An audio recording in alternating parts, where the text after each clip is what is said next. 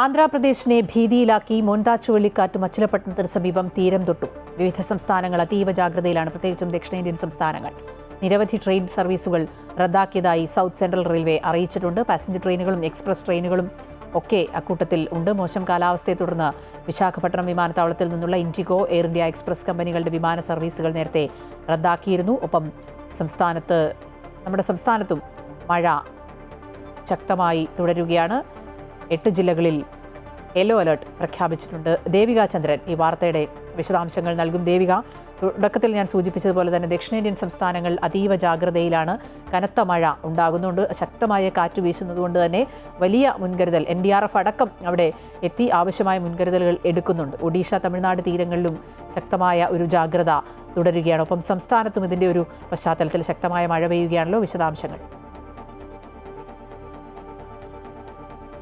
അഖില, തീർച്ചയായും മണിക്കൂറിൽ 110 കിലോമീറ്റർ വേഗതയിലുള്ള ചുഴലിക്കാറ്റാണ് ഈ ആന്ധ്രാപ്രദേശിലെ മച്ചിലിപട്ടണത്തിന് സമീപം തീരം തൊട്ടിട്ടുള്ളത്. അതുകൊണ്ട് തന്നെ ആന്ധ്രാപ്രദേശും ഒഡീഷയും തമിഴ്നാടും അടക്കമുള്ള സംസ്ഥാനങ്ങൾ അതീവ ജാഗ്രതയിലാണ്. മുഖ്യമന്ത്രി ചന്ദ്രബാബു നായിഡു സെക്രട്ടേറിയറ്റിലെ കൺട്രോൾ റൂമിലിരുന്ന സ്ഥിതിഗതികൾ വിലയിരുത്തുന്നുണ്ട്. കാരണം താഴ്ന്ന പ്രദേശങ്ങളിൽ നിന്നുള്ള ആളുകളെയൊക്കെ പൂർണ്ണമായും മാറ്റിയിട്ടുണ്ട്. വീടുകളിൽ നിന്ന് ഒരു കാരണവശാലും പുറത്തിറങ്ങരുത് എന്ന ജാഗ്രതാ നിർദ്ദേശവും ജനങ്ങൾക്ക് നൽകിയിട്ടുണ്ട്. അതീവ ജാഗ്രതയിൽ തന്നെയാണ് ഈ സംസ്ഥാനങ്ങളെല്ലാം ഉള്ളത്. 22 കമ്പനി NDRF സേനയെയാണ് ഇരു സംസ്ഥാനങ്ങളിലുമായി ആന്ധ്രാപ്രദേശിലും ഒഡീഷയിലുമായി നിലവിൽ വിന്യസിച്ചിട്ടുള്ളത്.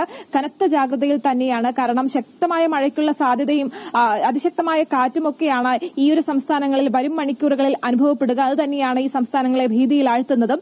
എന്തായാലും സംസ്ഥാനത്തിന്റെ കാര്യം നോക്കുകയാണെങ്കിൽ അറബിക്കടലിലും തീവ്ര ന്യൂനമർദ്ദം സ്ഥിതി ചെയ്യുന്നുണ്ട്. ഈ മോന്താ ചുഴലിക്കാറ്റിന്റെ പ്രഭാവം കൊണ്ടുകൂടി ഈ സംസ്ഥാനത്ത് വരും ദിവസങ്ങളിലും അതിശക്തമായ മഴയ്ക്കുള്ള സാധ്യതയുണ്ട് എന്ന് തന്നെയാണ് കാലാവസ്ഥാ വകുപ്പ് മുന്നറിയിപ്പ് നൽകുന്നത്. നിലവിൽ 8 ജില്ലകളിൽ യെല്ലോ അലർട്ടാണുള്ളത്. തെക്കൻ ജില്ലകളിൽ വരും മണിക്കൂറുകളിൽ അതിശക്തമായിട്ടുള്ള മഴയ്ക്കും ഇടിമിന്നലിനും 50 കിലോമീറ്റർ വരെ വേഗതയിലുള്ള കാറ്റിനും സാധ്യതയുണ്ട് എന്ന് കാലാവസ്ഥാ വകുപ്പ് മുന്നറിയിപ്പ് നൽകുന്നുണ്ട്. കൊച്ചി ധനുഷ്കോടി പാതയിൽ മണ്ണിടിച്ചിലുണ്ടായിട്ടുണ്ട്.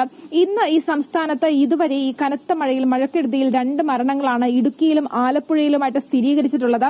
വരും മണിക്കൂറുകളിലും അതിശക്തമായ മഴയ്ക്കും കാറ്റിനും സാധ്യതയുള്ളതിനാൽ അതീവ ജാഗ്രത പുലർത്തേണ്ടതുണ്ട്. അഖില.